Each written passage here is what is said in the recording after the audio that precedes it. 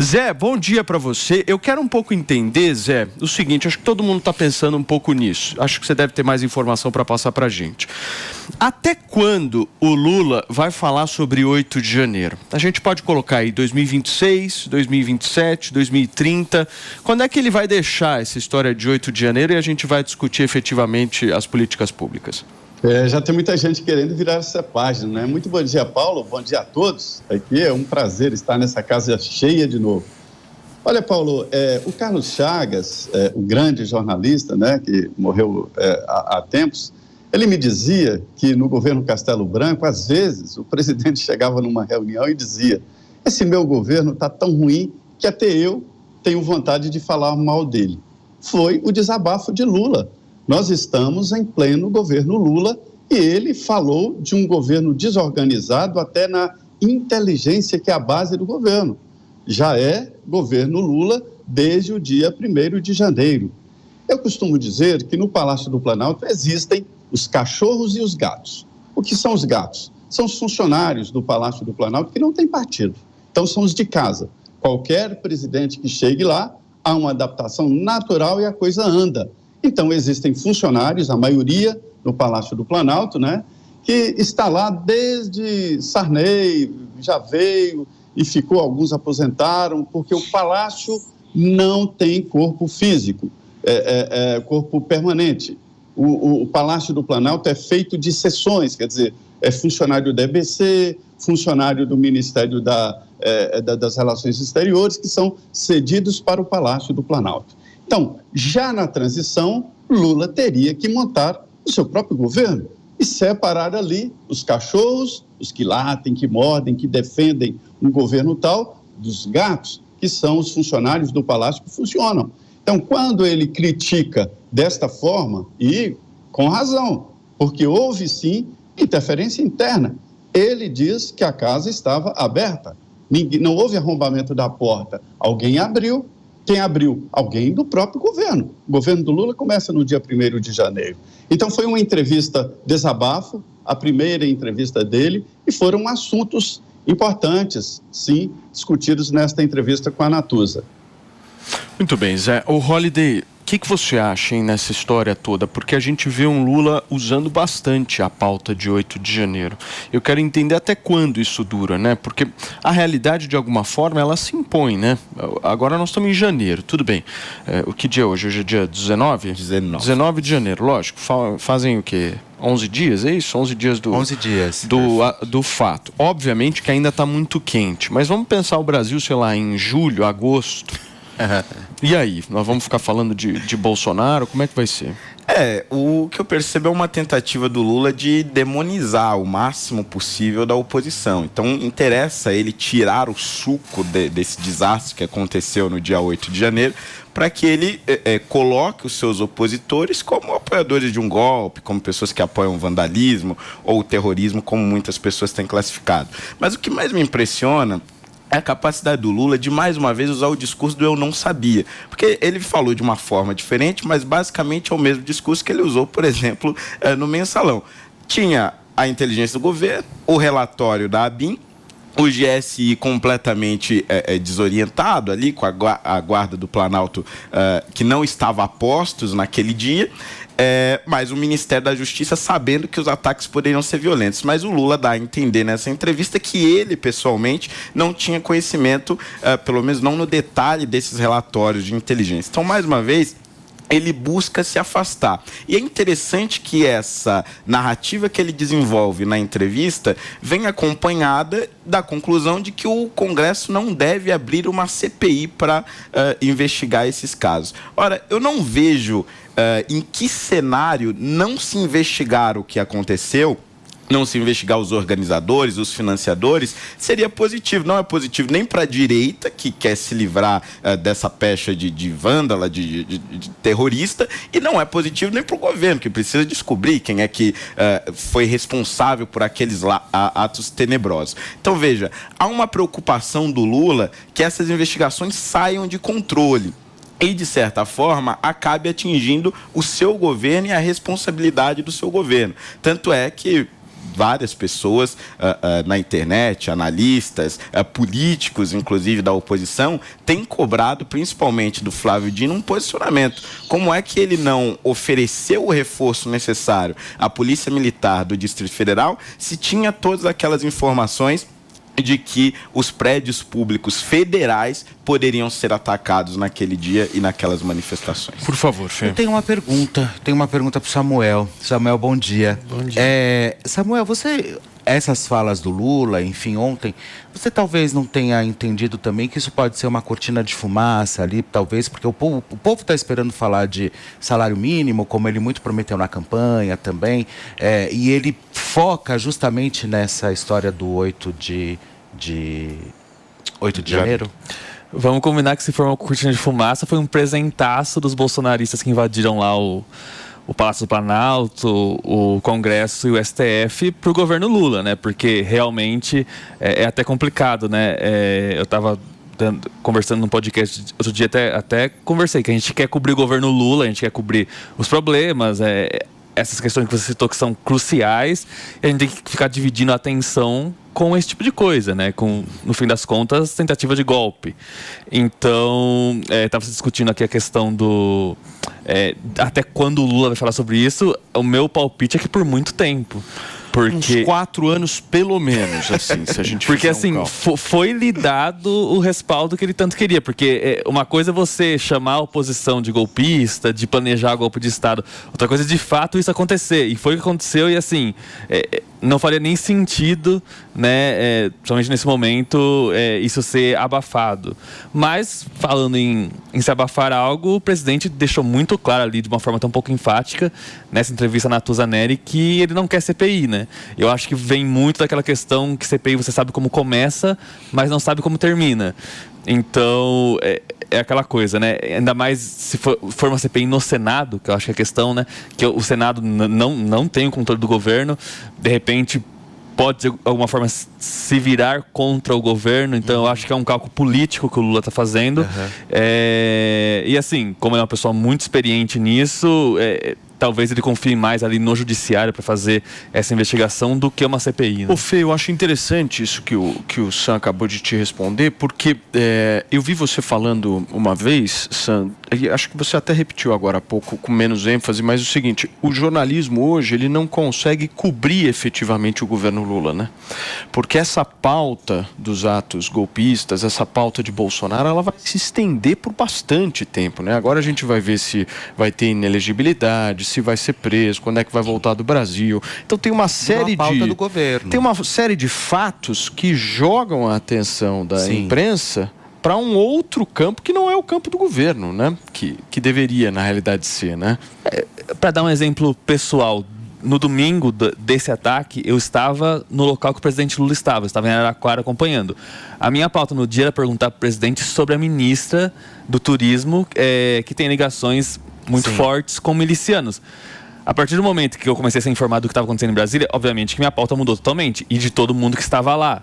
Passou a ser o que estava acontecendo em Brasília, e a própria atividade do presidente lá passou a ser um gabinete de crise para coordenar o que seria feito ali, no caso, a intervenção federal na PM.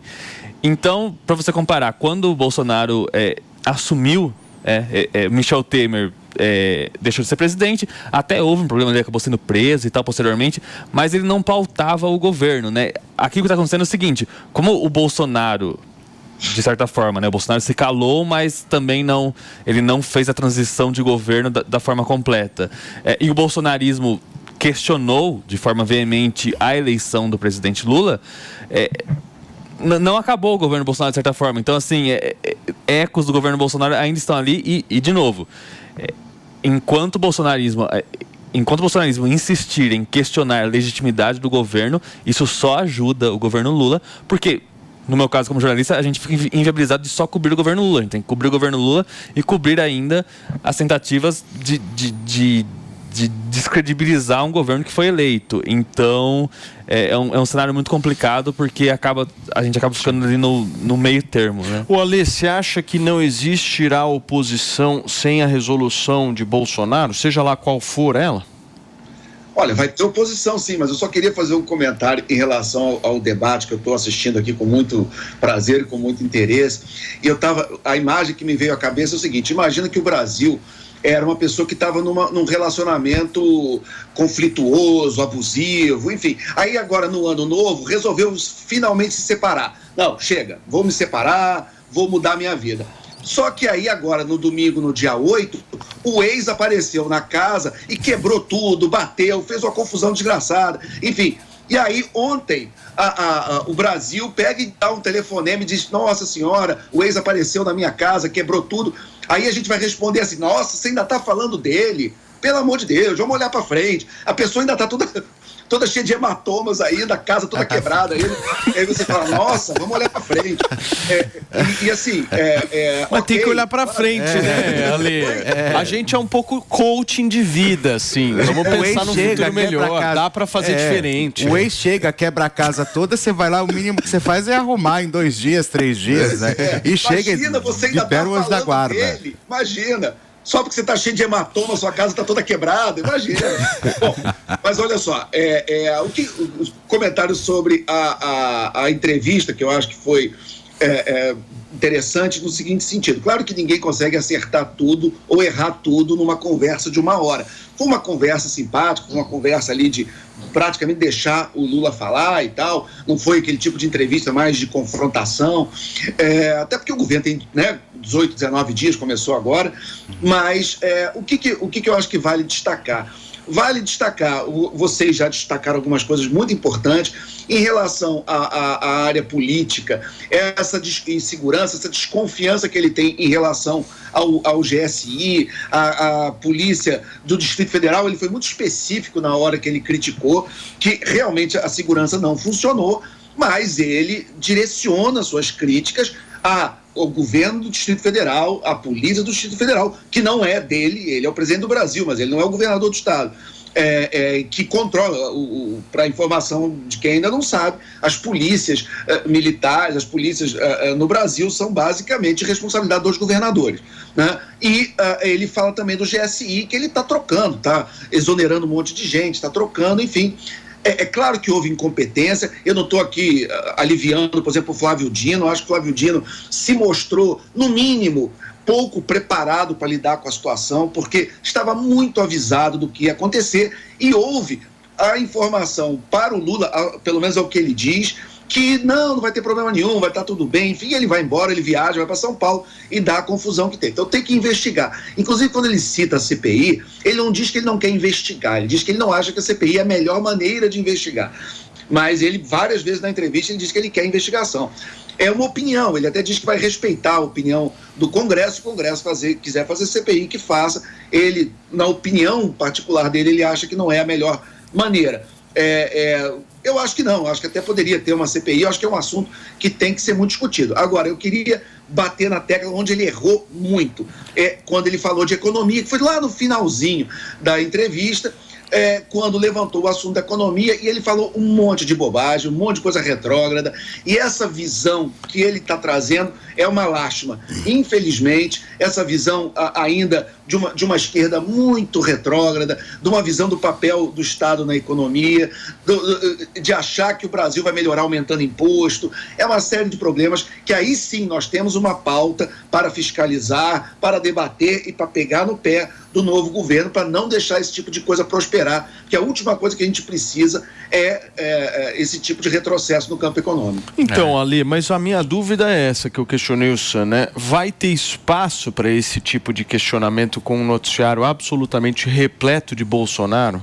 Porque vai acontecer esse noticiário. Gente, o Bolsonaro vai voltar em, sei lá, se não voltar em 15 dias, vai acontecer o caos. Não sei se vai para a Itália, se para onde vai, enfim, eu não sei o que vai acontecer. E assim, essa pauta tem que mudar, né? Porque você vê, como o próprio Alexandre disse, né? No finalzinho da entrevista, quando ele entra no assunto economia, a Bolsa reagiu, né? Você vê que o dólar subiu ontem, sabe? Então, assim, a gente tem que ficar realmente de olho, principalmente nessas questões. Eu ainda acredito muito, e eu tenho certeza disso, assistindo realmente a entrevista, que isso, na verdade, não passou, para mim, não passou assim, tipo, eu não sei o que vou fazer agora. sabe? Eu concordo com o que você disse sobre a questão, que eu acho que é uma fase de tentar demonizar realmente essa história.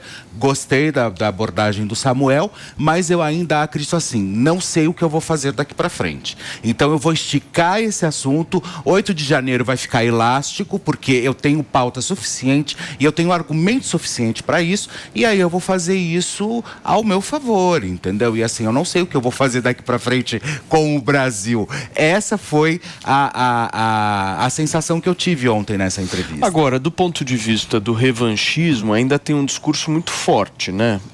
De setores do governo. Você vê, por exemplo, a fala do Haddad lá em Davos, quando ele se refere aos produtos que as pessoas precisam consumir, que tem que ter uma ideologia, tem que ser uma coisa que não seja de direita e tal. Ainda está muito presente isso no governo, né? O que destoa completamente daquele discurso mais paz e amor, né, Holliday, que existiu. No fundo, o discurso da polarização, o Lula, ele volta e meia dizia, né, que vem na presidência para reconstruir o Brasil, para unir o Brasil. Aliás, esse é o lema do governo, né? União e reconstrução. Mas a grande verdade é que a polarização ajuda o PT, né? Acho que o Samuel falou um pouco disso, só que o confronto do discurso, esse revanchismo, essa coisa da vingança mesmo, que está presente muito no discurso dos ministros e dos membros do governo, indicam que eles querem manter uma militância ativa muito forte e também, claro, ressuscitar essa militância nas redes sociais. Porque a esquerda, ao longo dos últimos anos, perdeu muito espaço para a direita nas redes sociais. A comunicação ainda é muito retrógrada, ela não se adaptou a esses novos tempos dos memes, etc., dos vídeos engraçados. A direita se desenvolveu muito mais rapidamente nesse sentido. Eu acho que esses discursos revanchistas, de vingança, de ir atrás de golpistas, fascistas, etc., é uma tentativa também de animar essa militância de esquerda que ficou muito tempo aí no buraco. Muito bem. Ô Zé, você tem informação de Brasília sobre a situação do Bolsonaro? Como é que estão as coisas? Porque eu vi uma notícia ontem que ele estava pensando, inclusive, em aumentar a estadia dele nos Estados Unidos. Você tem informação? Pois é, olha, Paulo, o presidente Jair Bolsonaro, nos últimos dias do governo, ele dava sinais contraditórios, inclusive ali para os assessores mais próximos e, inclusive, em conversas privadas comigo, né? Então, ele não está dizendo claramente o que vai fazer. O cenário é o seguinte: o PL, né, está oferecendo ao ex-presidente Jair Bolsonaro um staff importante para ele militar, politicamente, liderar a oposição no Brasil. Isso inclui participação na Executiva Nacional, um escritório aqui em Brasília, né? E força no sentido de correr o país como presidente do maior partido de oposição do país. E seria uma aposta de que o governo Lula não será bom. Aí ele lideraria a oposição. Esse é o cenário do PL.